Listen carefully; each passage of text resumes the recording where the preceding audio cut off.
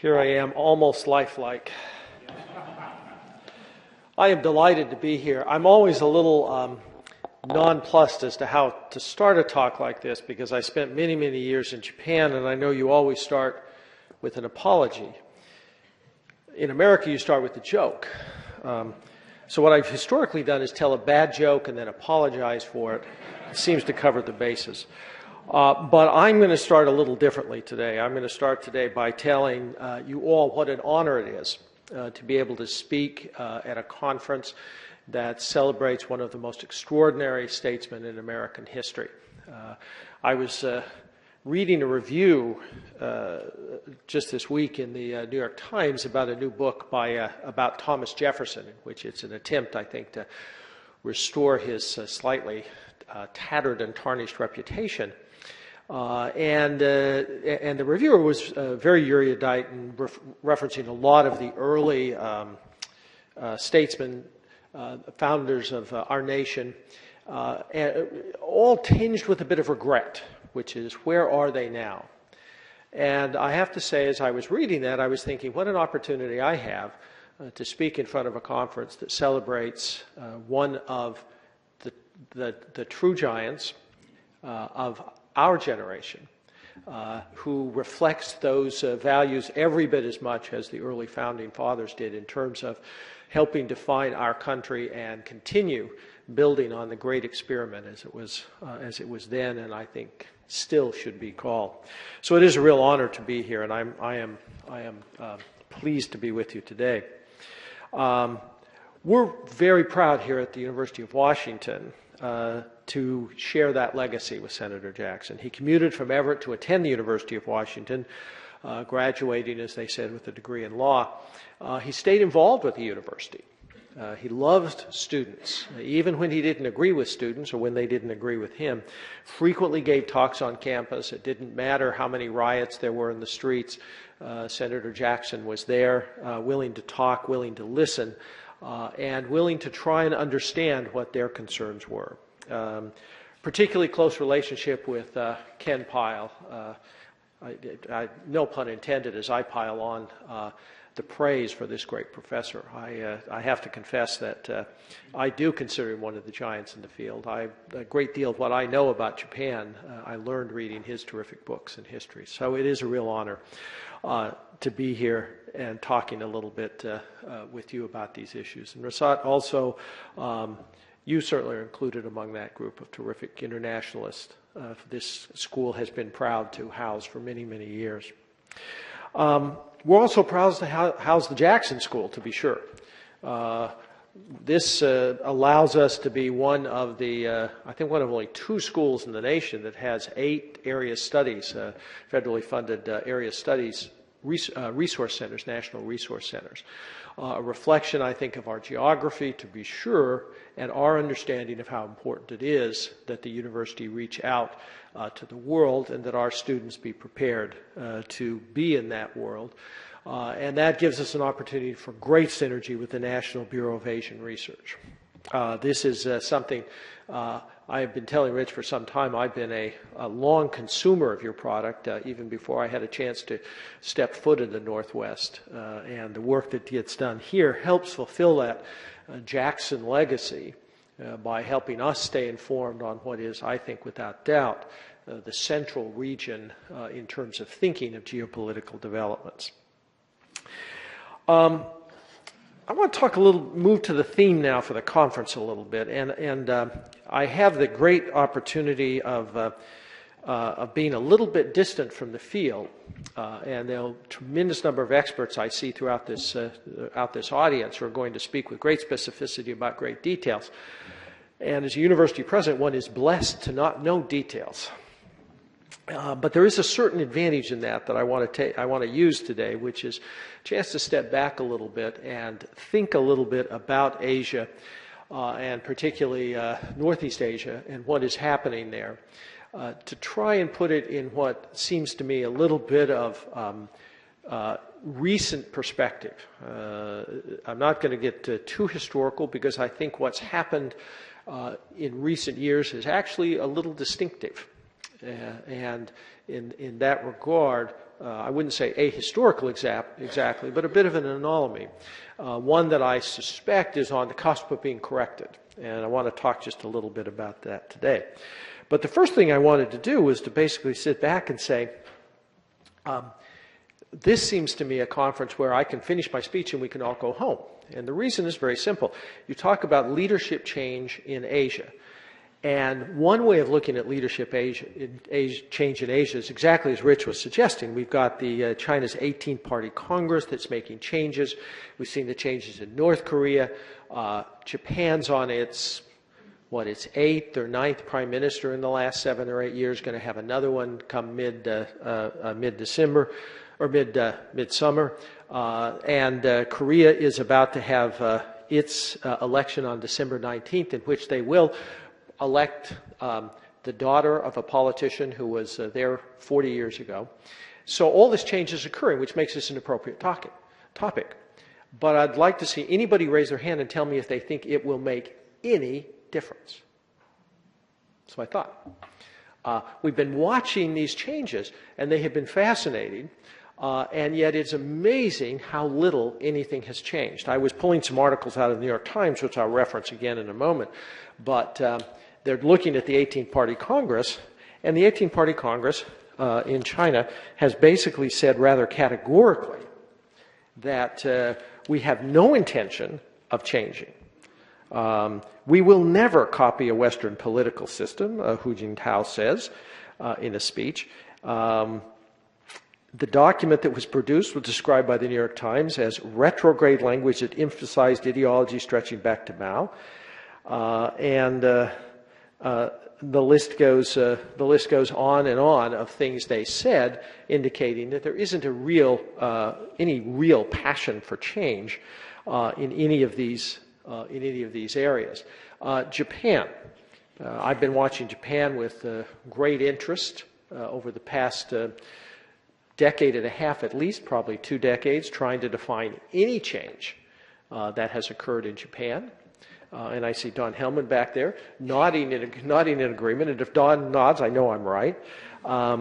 You look at North Korea. The only thing that changes in North Korea is who gets killed at the top.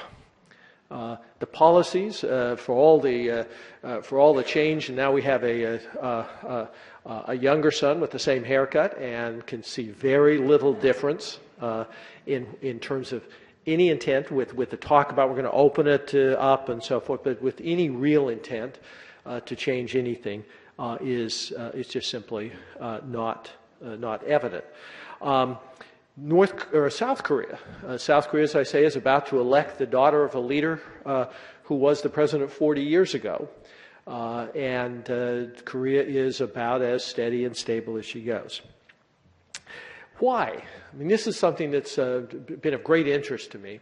Why have these countries been so stable or unwilling to change? In some cases, that stability is laudatory, as you might say in the case of Taiwan, the case of South Korea, less so in the case of China and in the case of Japan, and probably different manifestations, but it has been a remarkably stable place in that regard.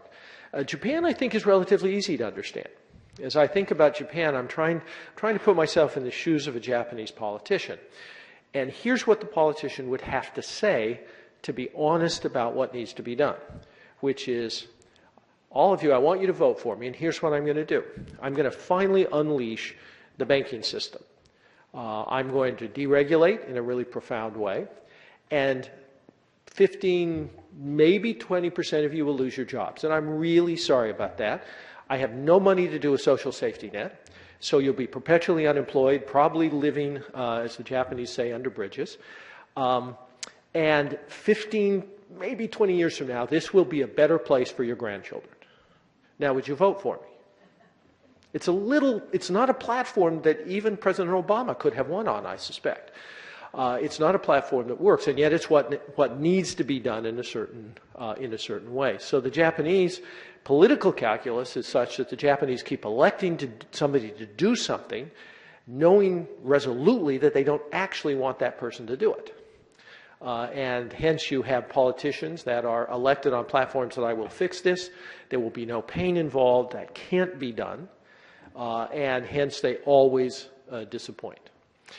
China's a different matter. China is locked in both an ideology as well as locked in a very deep set of interpersonal relations where there's huge fortunes at stake. And as we have seen, we've seen the so-called princelings basically move into positions of both money and power so deeply intertwined that actually beginning to take the state enterprises and turn the state enterprises loose or to shoot the state enterprises becomes very hard to do. And so China has basically picked up a policy in which they have been investing huge amounts of money in major infrastructure projects and investing at a level that is really remarkable, almost 68% of GDP.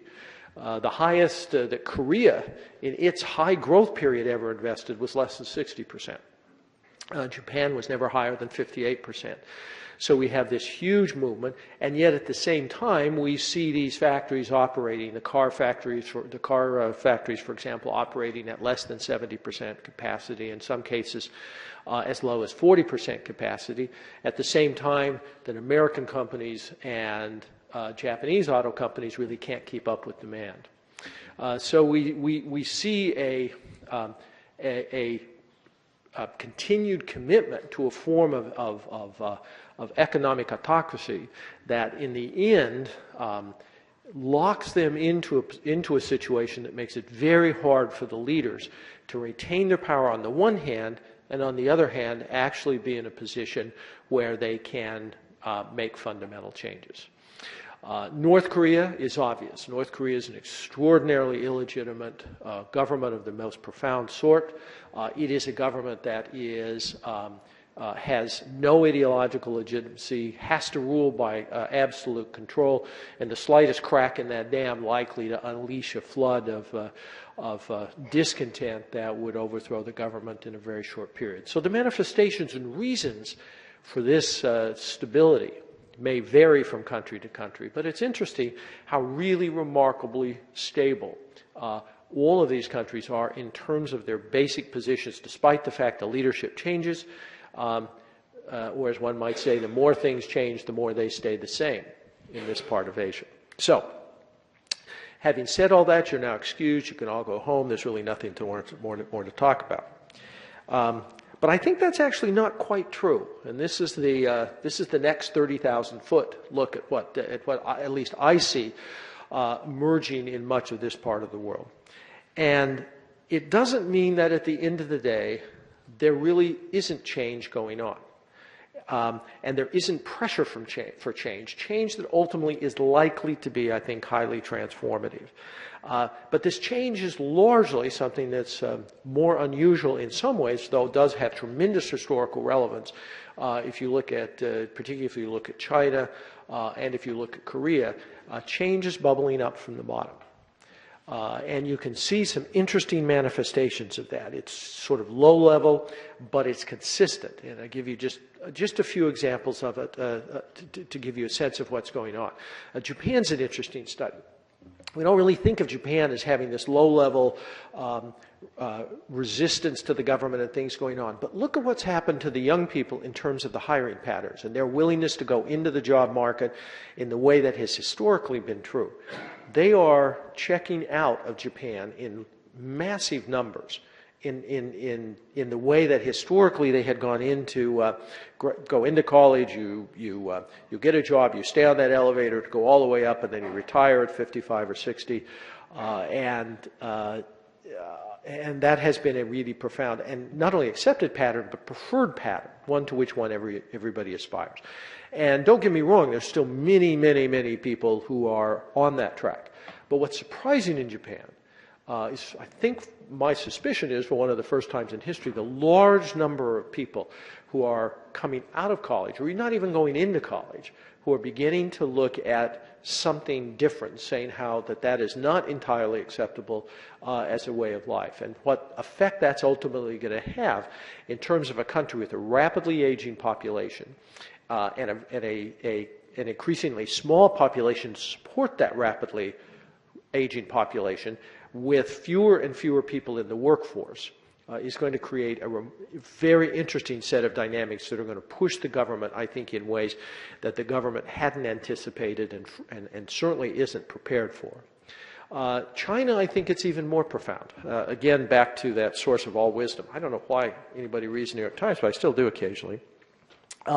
In the talk of the Party Congress, one of the things that has begun to emerge is a lot of discontent with the economic patterns that I just described. And it's coming not just from the rural factory worker or the farmer who's been displaced by a new factory, but it's beginning to come from some of the intellectual elites, saying there's a rising chorus within the elite expressing doubt about this.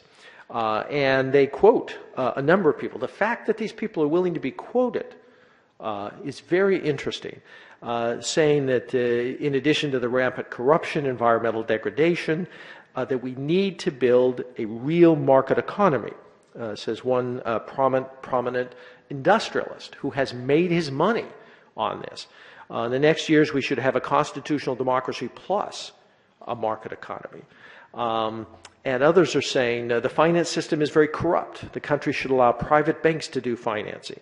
Another says that the majority of the nation's resources are concentrated on welfare for party members and government workers. This must change. And it says, after 30 years of development, another says, there's no big difference from developed countries in what we eat or wear, he said, but where we lag behind is in the air and the water. Now that is really interesting if you start to think about what is happening there.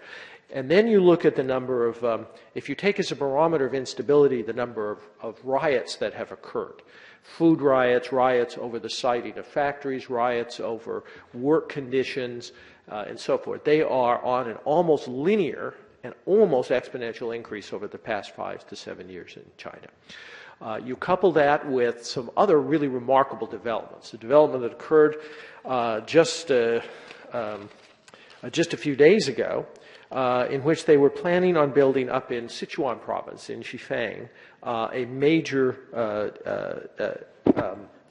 copper smelting project. Now, you know how dirty those are. Well, as it turns out, young people from not only that area, but bussed in and rioted and protested, and the government stopped the project. Now, that is a very interesting development. A second development, to me, that was rather startling, was to see the city of Guangzhou decided that it was going to cut the number of cars in half. It was going to cut the number of cars in half. I thought that was really remarkable. And again, it had to do with the quality of life, not economic development. So I think one is beginning to see in a number of these countries that there is this drumbeat. For many years, I think we debated, could China have a relatively authoritarian political system and a relatively free market system? I think we discovered that at the end of the day, while there was a great deal of free market activity in a certain sphere in China, not nearly as much as one might have anticipated, number one. And number two, the unleashing of even what economic freedom that has been unleashed is ultimately moving people to say, we want quality of life, we want political freedoms, we want these other kinds of freedoms. And so this notion that somehow this could be done independently, which seemed to many of us in the beginning to be implausible, and then we went into a period where we all thought, well, God, I guess China's figured out how to do that. At the end of the day, we may have been right in the first instance and not in the second instance. And you begin to see that moving up through this kind of pressure moving up through all of these countries. Now, there's a certain advantage to that when it happens. I had the opportunity of speaking for the Jackson Foundation a few months ago, and in the process cited a few statistics, which I won't bore you with, about the relationship between basic civil rights and a whole range of other societal goods. There's a very high correlation between these basic freedoms, freedom of thought, conscience, and belief, basic civil rights, a predictable criminal justice system and so forth. And it means a whole range of things. It's correlated with the lower spending of the country's GDP on the military. It's related to a lower level of armed conflicts, but also internally, much lower levels of income inequality, which of course is one of China's biggest problems. More women are politically and economically empowered in countries of this sort. So the gender and the economic gaps really diminish. There's a much higher level of livability in terms of the environment, in terms of the percentage of GDP spent on public health, higher GDPs, lower poverty levels, and the list goes on and on. So in a way, what's happening in these countries, as it actually does happen and bubbles up from the bottom, is fundamentally a good thing in many ways if, and here's the big if it can be managed correctly. And that is where I think the biggest challenge over the next decade in Asia is likely to arise. These pressures are not likely to go away. And how these countries manage these pressures, whether they are able to accommodate them or whether they will simply try to repress those, I think is going to determine the future stability of these countries in a way that hasn't been true at all for the past decade or decade and a half in much of that part of the world. And that, I think, is going to be a very interesting set of things to watch. I think as Americans, how we think about structuring our foreign policy to try to foster smooth transitions in these areas where they are going to transition without doubt, I think is going to be an interesting question. What tools do we have? How can we participate in a positive way in those sorts of developments? How do we marry, as Senator Jackson was so often reminded us, how do we marry our values and our interests at the same time in ways that ensure that we help them create the kind of world that these countries can create? And of course, from us, it is probably no more important mission that I can think of. I'm always struck by Amartya Sen's observation that no two democracies have ever fought wars against each other, or as Thomas Friedman once put it, no two countries with McDonald's have ever fought a war against each other. But those are important, I think, for the future of the United States, and certainly very important for the future of billions and billions of people in these parts of the world.